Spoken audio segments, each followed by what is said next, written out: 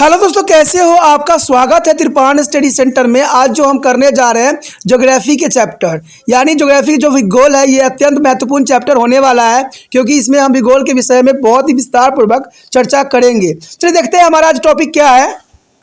भारत में प्राकृतिक वनस्पति। देखिए, भारत में प्राकृतिक वनस्पति की बात करें तो कहते हैं यहाँ पर जो है वनस्पतियों की कमी नहीं है, क्योंकि आपको पता है जब मिट्टी अलग अलग प्रकार की हो सकती है तो वनस्पति भी यहाँ पर बहुत प्रकार की होती है।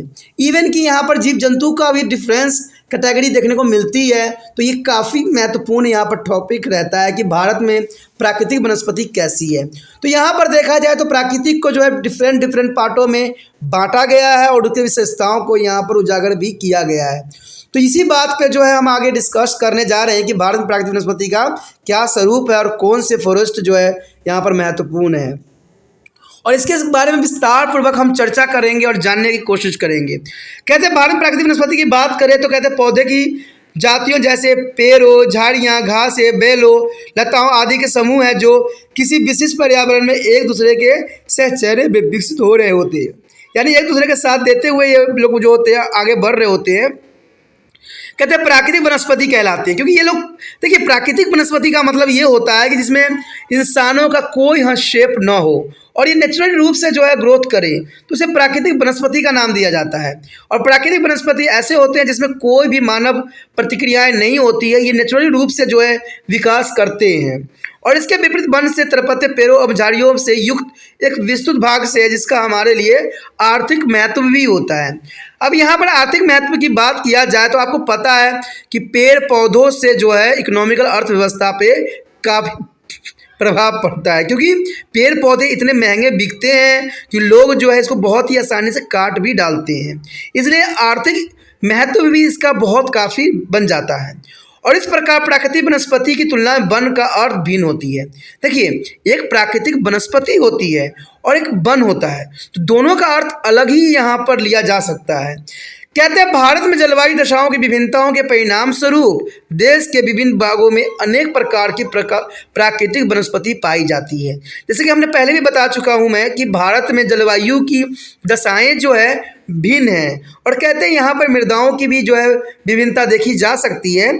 इसीलिए इन विभिन्नताओं के कारण ही चाहे जलवायु हो चाहे मिट्टी हो, इनके कारण यहाँ पर अलग अलग क्षेत्रों में अलग अलग प्रकार की प्राकृतिक वनस्पति पाई जाती है। प्रत्येक पौधों को अपने विकास के लिए निश्चित तापमान एवं वर्षा की आवश्यकता होती है। तो यहाँ पर देखा जाए भारत में एक विशेषता ये भी है कि यहाँ पर तापमान अलग अलग है, वर्षा होने की जो है प्राकृतिक भी अलग अलग होता है। तो भारत में हर चीज़ की अपनी एक विशेषता रखती है, इसलिए यहाँ पर जो है हर प्रकार के वनस्पति जो है सरलतापूर्वक मिल जाती है। पश्चिमी घाट में उष्ण आर्द्र जलवायु के कारण ही यहाँ पर उष्णकटिबंधीय सदा हरित वनस्पति पाई जाती है, और शीतोष्ण सदा हरित वनस्पति उत्तर पूर्वी भारत में ही मिलती है, जबकि कटीली या मरुस्थलीय या अर्ध मरुस्थलीय वनस्पति राजस्थान के जो है मरुस्थल भाग उसके आसपास के भागों में ही पाई जाती है। और भारत के मध्यवर्ती भागों में पनपती वनस्पति वहाँ मौजूद मध्यम जलवायु दशाओं के कारण विकसित हुई है। तो ये भी बात काफ़ी महत्वपूर्ण यहाँ पर आता है। अब देखते हैं कि भारत में कितने प्रकार के जो हैं वनस्पति पाई जाती है। यदि भारत के वनस्पतियों के प्रकार की बात करें तो प्रमुख वनस्पति प्रकार जो है भारत में पाए जाने वाले प्राकृतिक वनस्पति को सामान्यतः भिन्न भागों में बांटा गया है, और इसको 5 जो है भागों में बांटा गया है जो कि काफ़ी महत्वपूर्ण है। अगर पहले की बात करें तो अर्ध उष्णकटिबंधीय सदाहरित एवं अर्ध जो है सदाहरित वनस्पति के नाम से जाना जाता है। दूसरा जो है उष्णकटिबंधीय अर्ध पनपती वनस्पति के नाम से जाना जाता है। उसके बाद तीसरी की बात करें हम तो उष्णकटिबंधीय शुष्क वनस्पति के नाम से जाना जाता है। उसके पश्चात अगर हम बात करें ज्वारीय वनस्पति के रूप में जाना जाता है। उसके पश्चात जो है पर्वतीय वनस्पति के नाम से ये विख्यात है। तो ये जो है पांचों जो है काफ़ी महत्वपूर्ण वनस्पति है जो भारत में सुचारू रूप से ये मिलती है। यहाँ पर देखा जाए तो पहला यही आता है कि अर्ध उष्णकटिबंधीय सदाहरित वनस्पति, यानी जो है अर्ध उष्णकटिबंधीय सदाहरित वनस्पति पाई जाती है। ये उष्णकटिबंधीय वर्षा वन है जिन्हें उनकी विशेषताओं के आधार पर निम्न 2 प्रकार में बांटा जाता है, यानी इसको जो है 2 भागों में बांटने का प्रावधान है। पहला तो यही आता है कि अर्ध उष्णकटिबंधीय सदाबहार वनस्पति आती है। तो पहला क्या आता है, आर्द्र उष्णकटिबंधीय सदाबहार वनस्पति। ये पार्ट जो है आर्द्र उष्णकटिबंधीय सदाहरित वनस्पति के ही है। कहते हैं यह उन प्रदेशों में पाई जाती है जहाँ जो है वार्षिक वर्षा 300 सेंटीमीटर से अधिक होती है। तो आप समझ सकते हो कि ये क्षेत्र जो है मेघालय साइड ही मिल सकती है और उसके आसपास ही, यानी यहाँ पर देखा जाए तो वार्षिक वर्षा जो होती है 300 सेंटीमीटर से अधिक होती है तथा शुष्क ऋतु यहाँ बहुत ही छोटी होती है।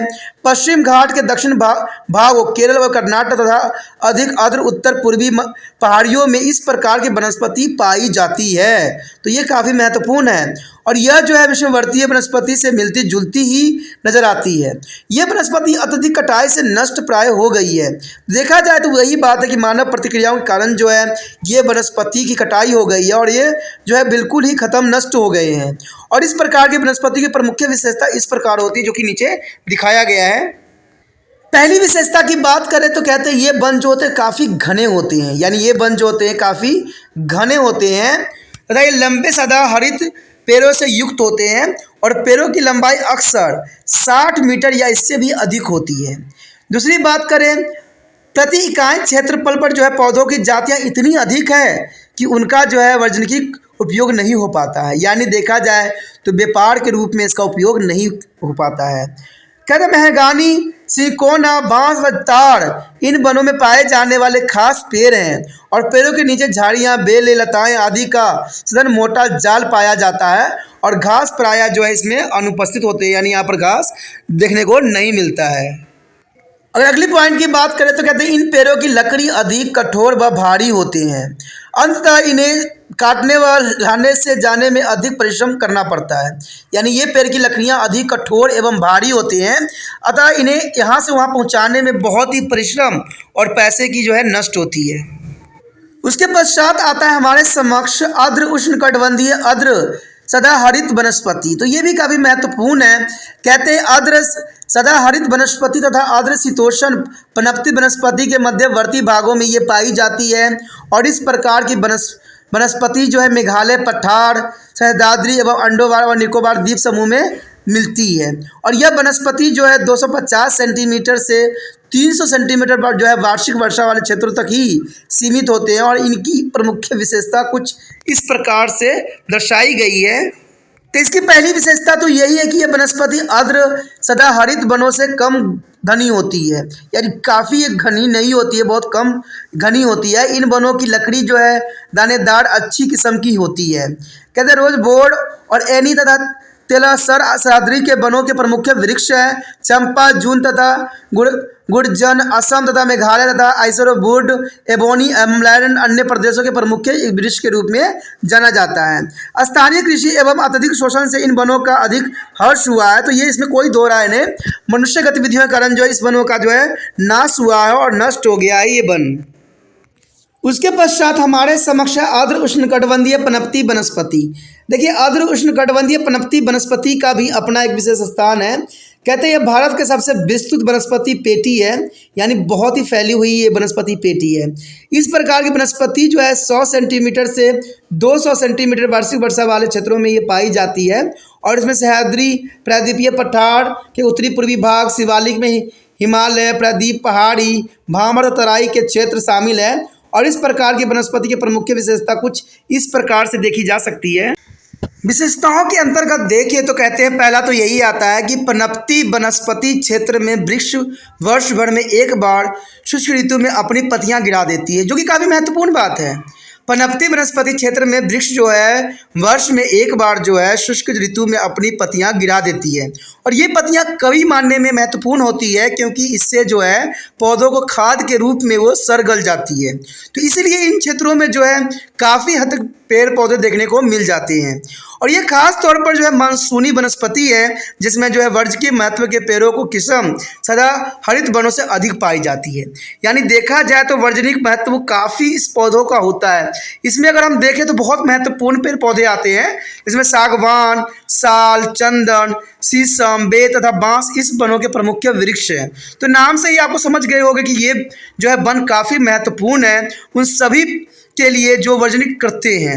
लकड़ियों के लिए पेड़ों के जो है धुआंधुन कटाई से इन वनों के अत्यधिक विनाश हुआ है। तो जनरल सी बात है, सभी कारणों में एक ही कारण सबसे महत्वपूर्ण होती है कि इंसानों के लालचों के कारण जो ये पेड़ पौधे नष्ट हो गए हैं और इनकी जो है कहते हैं तादाद बहुत ही कम गई है। तो ये बहुत चिंता का विषय है और कहते हैं इसमें किसी को चिंता करने की क्या आवश्यकता है। कहते हैं इंसान तो अपनी गलती करना छोड़ता ही नहीं है। तो ये बहुत बड़ी दुखदायक परिस्थिति आने वाली है, क्योंकि लकड़ियों के लिए जो है कटाई से जो है इन वनों का विनाश हो गया और इसमें जीव जंतु रहने वाले जीव जंतु का बहुत ही बुरा प्रभाव देखने को मिलता है। उसके पश्चात हमारे समक्ष है शुष्क उष्णकटिबंधीय वनस्पति। देखिए शुष्क उष्णकटिबंधीय वनस्पति का अपना एक स्थान है। कहते हैं इस प्रकार की वनस्पति को निम्न दो भागों में बांटा गया है। एक तो है शुष्क पनपती वन। तो कहते हैं ये वनस्पति जो है 70 से 100 सेंटीमीटर वार्षिक वर्षा पाने वाले भागों में पाई जाती है और इस प्रदेश में उत्तर प्रदेश कुछ भाग और उत्तरी एवं पश्चिमी मध्य प्रदेश जो है गुजरात, महाराष्ट्र, आंध्र प्रदेश, कर्नाटक और तमिलनाडु के कुछ भाग जो है सम्मिलित है। इन क्षेत्रों में शुष्क ऋतु लंबी होती है तथा वर्षा हल्की एवं 4 महीने तक सीमित ही होती है। और इसकी प्रमुख विशेषताएं हैं कि ये जो है देखा जाए तो पेड़ों के जो है झुरमुटों के बीच विस्तृत घास भूमियाँ आमतौर से पाई जाती है और सागवान इस प्रकार की वनस्पति का प्रधान वृक्ष है। यानी देखा जाए तो यहाँ सागवान वृक्ष जो है सबसे अधिक मात्रा में मिलती है, इसलिए इसको यहाँ के जो है प्रधान वृक्ष भी कह सकती हो। कहते हैं पेड़ जो है अपनी पत्तियां लंबी शुष्क ऋतु में गिरा देती है। ये भी एक महत्वपूर्ण बात है कि ये शुष्क ऋतु में जो है अपनी पत्तियां गिरा देती है, जो कि आगे चल के उनके लिए खाद मुहैया हो जाती है। तो ये काफ़ी महत्वपूर्ण बात यहाँ पर थी। उसके पश्चात है शुष्क उष्णकटिबंधीय कटीली वनस्पति। देखिए कटीली वनस्पति जो है उसका भी अपना एक महत्वपूर्ण स्थान है। कहते हैं ये जो है 70 सेंटीमीटर से कम वार्षिक वर्षा पाने वाले भागों में पाई जाती है। तो क्योंकि ये देखा जाए तो कटीली वनस्पति है तो जनरल सी बात है कि ये 70 सेंटीमीटर से कम वार्षिक वर्षा पाने वाले भागों में पाई जाती है और इनमें भारत के उत्तरी पश्चिमी भाग तथा सह्याद्री के पवन जो है विमुख ढाल शामिल है। इस प्रकार की वनस्पति की प्रमुख विशेषताएं कुछ इस प्रकार से आंकी गई है कि यहाँ दूर दूर तक फैले पेड़ व झाड़ियों के झुरमुटों के बीच जो है फैली निम्न किस्म की जो है घास वाली विस्तृत भूमियाँ पाई जाती है। तो ये काफ़ी महत्वपूर्ण है कि ये दूर दूर तक फैले पेड़ व झाड़ियों के झुरमुट के बीच फैली निम्न किस्म की घास वाली विस्तृत भूमियाँ पाई जाती है और इसके प्रमुख जो है बबूल, शहडूल, कैक्टस आदि इस प्रकार के वनस्पतियों के सच्चे प्रतिनिधि वृक्ष हैं। यानी देखा जाए तो बबूल, शहडूल, कैक्टस आदि इस प्रकार के वनस्पति सच्चे प्रतिनिधि वृक्ष पाए जाते हैं और जंगली खजूर, कटीले प्रकार के अन्य वृक्ष व झाड़ियाँ यहाँ तहाँ पाई जाती है। यानी काफ़ी महत्वपूर्ण है इस क्षेत्र की जो है वनस्पति। उसके पश्चात हमारे समक्ष ज्वारीय वनस्पति। देखिए ज्वारीय वनस्पति का भी अपना एक विशेष स्थान है। कहते हैं इस प्रकार की वनस्पति मुख्य रूप से गंगा, महानदी, गोदावरी तथा कृष्णा नदी के डेल्टा प्रदेशों में पाई जाती है और कहते हैं जहां ज्वार भाटों व ऊंची समुद्री लहरों के कारण खारे जल की बाढ़ें आती ही रहती है। कहते हैं मैंग्रोव इस प्रकार की वनस्पति है और सुंदरी ज्वारीय वनों का प्रमुख है यहाँ पर वृक्ष है। यह पश्चिमी बंगाल के डेल्टा के निचले भाग में बहुलता से पाई जाती है और यही कारण है कि इन्हें सुंदर वन भी कहते हैं। यह अपनी कठोर व टिकाऊ लकड़ी के लिए जाने जाते हैं। तो ये ज्वारीय वनस्पति काफ़ी महत्वपूर्ण है और महत्वपूर्ण तो इस बात के लिए भी है क्योंकि ये जो है बहुलता पाई है, इसको सुंदर वन के नाम से भी जाना जाता है। और ये मैंग्रोव जो है काफ़ी महत्वपूर्ण है क्योंकि यहाँ पर जो है लकड़ियाँ काफ़ी कठोर और टिकाऊ लकड़ियाँ पाई जाती है। उसके पश्चात है पर्वतीय वनस्पति। देखिए पर्वतीय वनस्पति का भी अपना एक स्थान है। कहते हैं उत्तरी तथा प्रायद्वीपीय पर्वतीय श्रेणी के तापमान तथा अन्य मौसमी दशाओं में अंतर होने के कारण इन दो पर्वत समूहों के प्राकृतिक वनस्पति में अंतर पाया जाता है।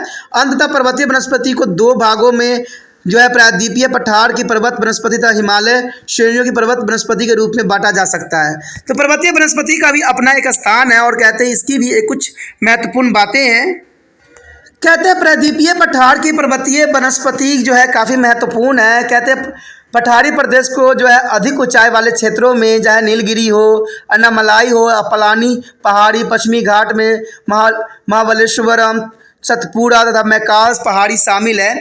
और इस प्रदेश की वनस्पति मुख्य विशेषता ये है कि यहाँ की वनस्पति जो है अविकसित वनों या झाड़ियों के साथ खुली हुई विस्तृत घास भूमियाँ पाई जाती है। कहते हैं 1500 मीटर से भी कम ऊंचाई पर पाए जाने वाले अर्धशीतोष्ण वन कम सघन है और अधिक ऊंचाई पर पाए जाने वाले वनों की सघनता ज़्यादा है। तो ये भी काफ़ी महत्वपूर्ण बात यहाँ पर आता है।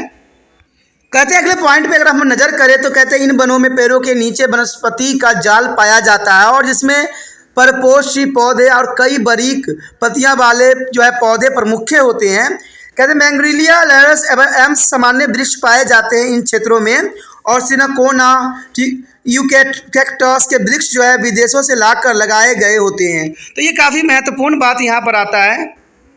उसके पश्चात हमारे समक्ष हिमालय श्रेणी की पर्वतीय वनस्पति की हिमालय श्रेणी की पर्वतीय वनस्पति का भी अपना एक स्थान है। कहते हैं हिमालय पर्वतीय प्रदेश में बढ़ती हुई ऊंचाई पर जो विभिन्न प्रकार की वनस्पति पाई जाती है और इन्हें प्रकार में बांटा भी गया है।